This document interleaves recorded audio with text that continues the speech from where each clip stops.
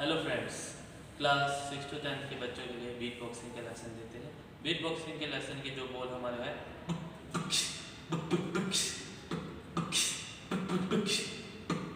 अब हम आपको बताएंगे अब कैसे बजाना है। वही पिछली वीडियो में आपको बताया था, पूरी एनर्जी के साथ बी बेस आएगा, वही ठंडे जोर से आप जी नीचे लगा के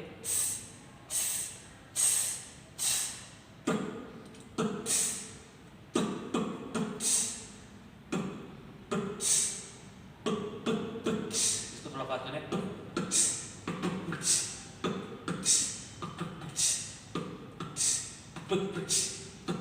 जब तक ये आपके मुंह पे बोल नहीं चढ़ेंगे, जब तक आप इसकी अच्छे रूटीन में प्रैक्टिस नहीं करोगे, तब तक ये बीट नहीं बन पाएंगे।